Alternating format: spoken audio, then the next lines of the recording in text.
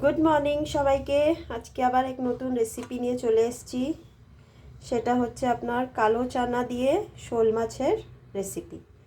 এই রেসিপিটা আমার দিদা খুব বানাতো, আর আজকে তো দিদা নেই, কিন্তু আমরা রেসিপিটা যদিও বানাই কিন্তু ওই স্বাদটা এখন আমরা মিসিং পাই।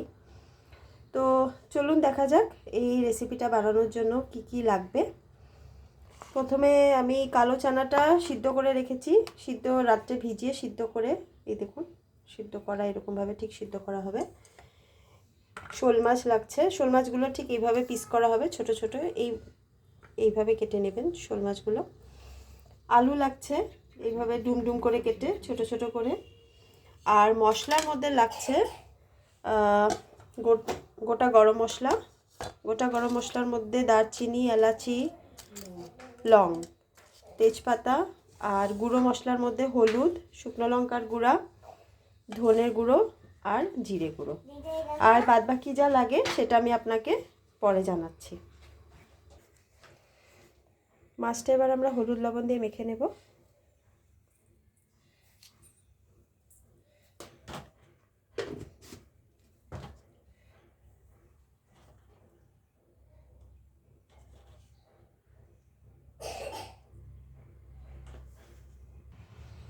এই যে হলুদ লবণ মাখা হয়ে গেছে। এবার আমরা কালো চানাটা আমরা একবার ভেজে নেব। এই যে কড়াইতে সরষের তেল দেওয়া হয়ে গেল, তেলটা একটু গরম করে নিচ্ছি।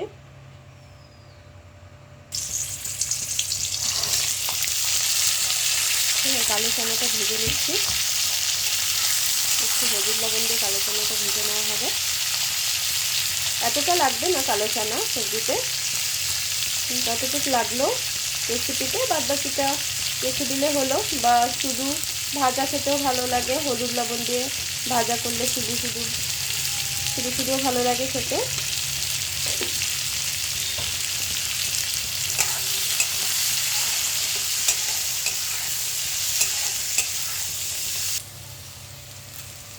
এই যে দেখুন চানাটা ভাজা হয়ে গেছে, এবার চানাগুলো উঠিয়ে নেওয়া হচ্ছে কড়াই থেকে। এবার কড়াইতে আর একটু তেল দিয়ে দিচ্ছি মাছ ভাজার জন্য।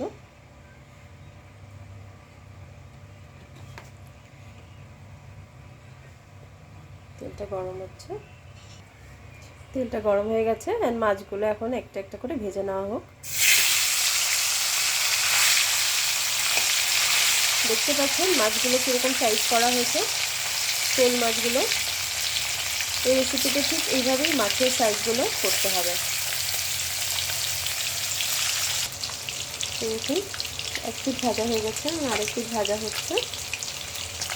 শোল মাছটা আসলে বেশি ভাজতে হয় না, বেশি ভাজলে শোল মাছটা শক্ত হয়ে যায়, জ্যান্ত মাছ তো, তাই খুব বেশি ভাজবেন না শোল মাছ, নাহলে রান্নার পরে দেখবেন শোল মাছটা শক্ত হয়ে যায়। এখন শোল মাছ মোটামুটি এই পর্যায়ে মাছটা উঠিয়ে নেবেন।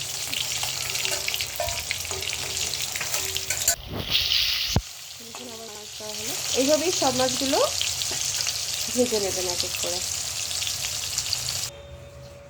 এই দেখুন মাছগুলো সব ভাজা হয়ে গেছে এক এক করে। এবার ওই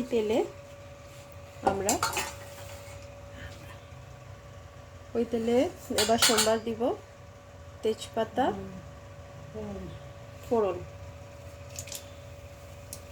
তেজপাতা আর গরম মশলা, গোটা গরম মশলা ফোড়ন দিয়ে দিলাম, আর জিরা, গোটা জিরা।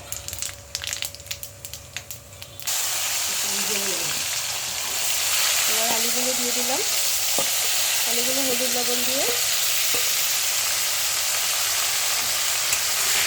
ভাজা হবে। এবার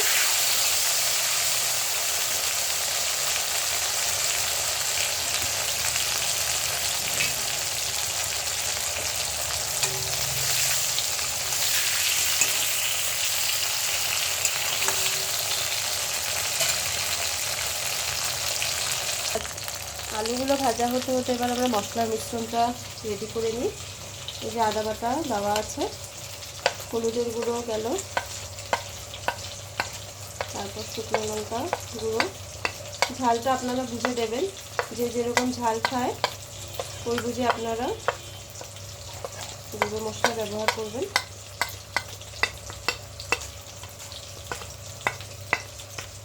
যারা ঝাল খেতে পছন্দ করে ওরা কাঁচা লঙ্কা চিড়েও দিতে পারে।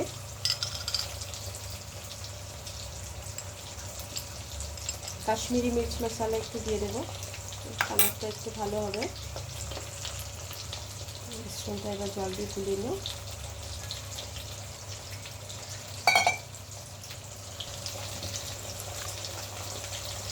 মিশ্রণটা রেডি হয়ে গেল মশলার। এবার দেখি আলুটা কতটুকু ভাজা হলো। দেখতে পাচ্ছেন সবাই আলুটা পিস কেমনভাবে কাটা হয়েছে, ঠিক এইভাবেই আলুটা কাটবেন। মোটামুটি আলুটা ভাজা হয়ে এসছে। এবার মশলাগুলো দিয়ে দেওয়া হলো। মশলা মিশ্রণটা দিয়ে এবার মশলাটা কষানো হবে ভালো মতন। একটা জিনিস হয়তো আপনারা খেয়াল করেছেন, আমরা কিন্তু এখানে কোনো পেঁয়াজ বা রসুন ব্যবহার করিনি, শুধু আদা বাটা। কারোর যদি রসুনের ফ্লেভারটা ভালো লাগে সে দিতে পারে, কিন্তু আমি এখানটায় দিচ্ছি না। এবার এই পর্যায়ে এখানটায় চানা যে ভেজে তুলেছিলাম সেটা দেবেন। পুরোটা দেবেন না, এতটা দরকার পড়বে না।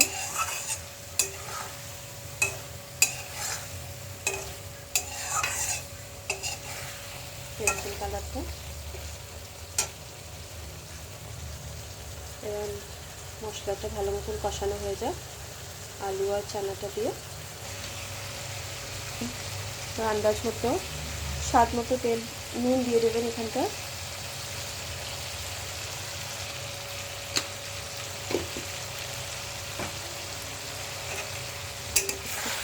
এখন ভালো মতো মশলাটা কষানো হবে। এই দেখুন মশলাটা কষানো হয়েছে মোটামুটি। মশলা থেকে তেলটাও ছেড়ে এসছে, দেখতে পাচ্ছেন। কালারটাও দেখতে পাচ্ছেন। জলটা দিয়ে দেওয়া হলো। এই রেসিপিটা খুব একটা ঝোল হবে না, গায়ে মাখা হবে।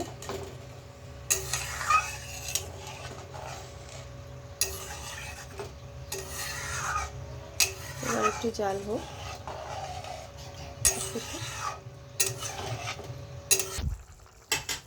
এই দেখুন ঝোলটা ভালো মতন ফুটে উঠেছে। এবার মাছগুলো ছাড়া হবে।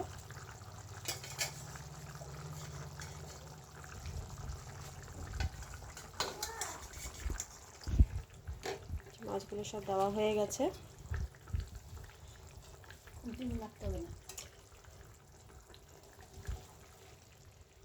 দেখুন আলুটাও গলে গেছে, দেখতেই পাচ্ছেন। এখন এর মধ্যে একটু স্বাদ মতো চিনি দেওয়া হবে। চিনিটা দিয়ে দিচ্ছি। নুনটা আপনারা একবার দেখে নেবেন, যে যেরকম খায়। যদি একটু দরকার পড়ে পরে লাগে আপনি আর একটু দিয়ে দেবেন। কয়েকটা আলু উঠিয়ে আপনারা এরকমভাবে একটু ভেঙে ভেঙে নেবেন, তাহলে ঝোলটা বেশ মাখা মাখা ভাব একটা হবে। এভাবে আলুগুলো একটু ভেঙে নিয়ে আবার ঝোলে দিয়ে দেবেন, তখন দেখবেন গ্রেভিটা বেশ একটা মাখা মাখা ভাব হয়েছে।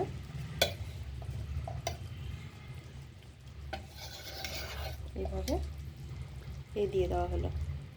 এটাকে ভালো মতো নাড়িয়ে আলুগুলো দিয়ে একটু মাখিয়ে নিলে এখন ঝোলটা ফুটবে।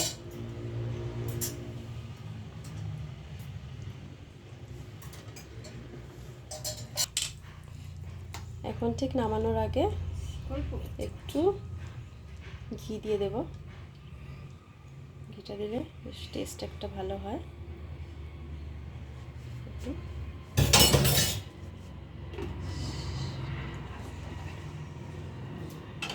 এবার মাছটা ঢেলে আপনাকে ফাইনাল লুকটা দেখাচ্ছি। এই দেখুন বন্ধুরা, এটা হচ্ছে কালো চানা শোল মাছের তেল ঝাল বলতে পারবেন। ভালো লাগবে এটা খেয়ে। যেরকম বানিয়েছি ঠিক ওইভাবেই বানিয়ে দেখবেন ঘরে, কেমন লাগে জানাবেন, কমেন্ট করবেন। আর ভিডিওটা ভালো লাগলে লাইক, কমেন্ট, শেয়ার, সাবস্ক্রাইব করবেন। আজকের মতো এই শেষ করলাম। Thank you.